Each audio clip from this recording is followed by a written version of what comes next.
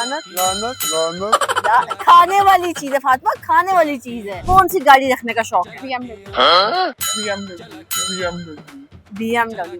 Five. वाह वाह वाह। इसके अलावा कौन कौन सी गाड़ियों का शौक है? बस BMW। बस ये तो नहीं ना कि पिंक कलर की BMW नहीं है। ब्लैक। ब्लैक ब्लैक ब्लैक चलानी आती है? नहीं अभी नहीं। नहीं अभी नहीं। और यूनिवर्सिटी क्या करने जाती है फिर आप?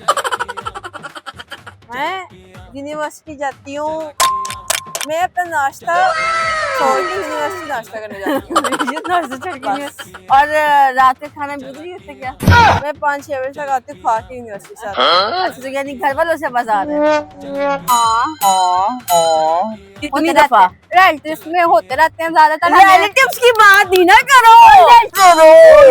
किसने धोखा दिया उसकी बात करो। नहीं तो कौन सी चीज है जो हम बगैर देखे खाते हैं? सोची प्याज बंदा गया। क्या? कसम? नहीं कसम तो नहीं है। धोखा? धोखा कभी खाए? जी खाया। किससे? रिश्तेदार।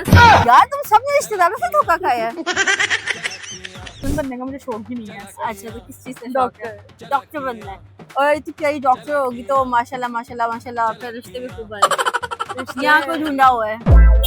मैंने नहीं ढूंढा हुआ। अच्छा